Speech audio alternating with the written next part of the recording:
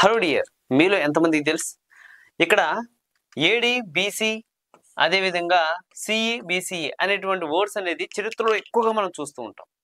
అసలు ఆ పదాలు అనేటువంటి ఎలా వస్తున్నాయి, ఎందుకు వాడుతున్నారు, ఎప్పుడు వాడుతున్నారు అనేది తెలియక చాలా మంది కన్ఫ్యూజన్ అవుతున్నాం. ఇప్పుడు ఓ చిన్న ట్రిక్ తోటే ఈ యొక్క విషయాలన్నీ కూడా క్లియర్ అయిపోతాయి. చూద్దాం ఒకసారి.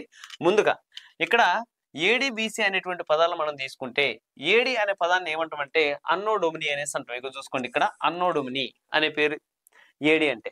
బీసీ అనగా ఏం గుర్తురాలంటే బిఫోర్ క్రైస్ట్. బీసీ అంటే బిఫోర్ క్రైస్ట్ అనేసి అంటాం.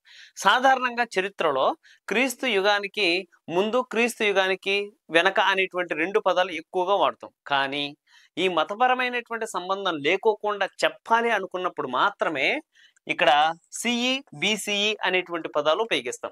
ఇంతకీ సిఈ అనే పదానికి అర్థం ఏంటి అంటే కామన్ ఎరా అనేసి అంటాం. బీసీఈ అనే పదానికి అర్థం ఏంటంటే బిఫోర్ కామన్ ఎరా అనేసి అంటాం. బిఫోర్ కామన్ ఎరా.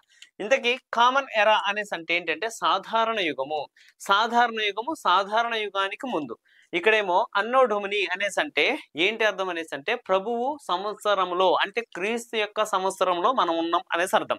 ఇక్కడ క్రీస్తు సంవత్సరంలో ఉన్నాం, క్రీస్తుకు ముందు ఉన్నాం. అందుకే ఇక్కడ ఏమంటున్నాం బిఫోర్ క్రైస్ట్. బిఫోర్ క్రైస్ట్ అంటే క్రీస్తుకు ముందు, క్రీస్తు ఉన్న సమయంలో అన్నో డొమిని. బిఫోర్ క్రైస్ట్ అంటేనేమో క్రీస్తుకు ముందు, క్రీస్తు సమయంలో, క్రీస్తుకు ముందు. ఇక్కడ సాధారణ యుగం, సాధారణ యుగానికి ముందు. అలా ఇది సాధారణ యుగం, కామన్ ఎరా అనేసి అంటాం. ఇది బిఫోర్ కామన్ ఎరా, సాధారణ యుగానికి ముందు అనేటువంటి అర్థాలను కలిగి ఉంటుంది. ఈ రెండు పదాలను మనం గమనించినప్పుడు మీరేం అర్థం చేసుకోరో చూడండి ఒకసారి.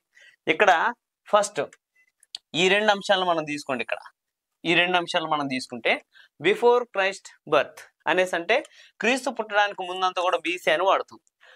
ఆఫ్టర్ క్రైస్ట్ బర్త్ అనేసి అంటే క్రీస్తు పుట్టిన తర్వాత ఏడి అని ఉపయోగిస్తాం.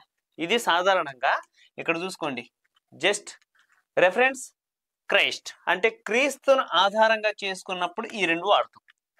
రెఫరెన్స్ ఏంటి అక్కడ అనేసి అంటే క్రీస్తుని ఆధారంగా చేసుకున్నప్పుడు ఇలా వాడతాం. ఇక్కడ మనం తీసుకుంటే మోర్ సెక్యులర్ అనేసి అంటే మత సంబంధము లేని. దీని అర్థం ఏంటంటే మత సంబంధం లేని అనేసి అర్థం. మత సంబంధం లేని అనేసి అంటే ఇక మతం అనేటువంటి దాన్ని ఉపయోగించుకోకుండా, అంటే క్రీస్తుని ఉపయోగించకుండా మనం ఏదన్నా యుగంలో ఇక పురాతనమైనటువంటి ఏదన్నా సరే చెప్పాలి, ఇటీవల కాలంలో ఏదైనా చెప్పాలి అనేసి అంటే ఈసీ బీసీ బీఈసీ అనేటువంటి పదాలను ఉపయోగించడం జరుగుతుంది. ఏడీకి బదులుగా ఈసీని ఉపయోగించవచ్చు, అదే బీసీకి బదులుగా బీసీఈ ఉపయోగించవచ్చు. ఏడి ఈసీ ఏది ఉపయోగించినా సేమ్, బీసీ బీఈసీ అనేది ఏది ఉపయోగించినా సేమ్. కాబట్టి ఇదైతేనేమో మత సంబంధం లేకుండా, ఇదైతేనో క్రీస్తు అనేటువంటి వ్యక్తి, క్రైస్తవ మతం కాబట్టి మతం ఆధారంగా ఈ రెండు మనకు కనిపిస్తాయి. ఇగో ఇక్కడ ఇచ్చాడు, క్లియర్గా ఒకసారి చూసుకోండి. ఓకే, కొంచెం పెద్దగా చేస్తున్నా, చూడండి ఒకసారి, చూసుకోండి ఒకసారి. ఓకే, ఇవి వాటికి సంబంధించి.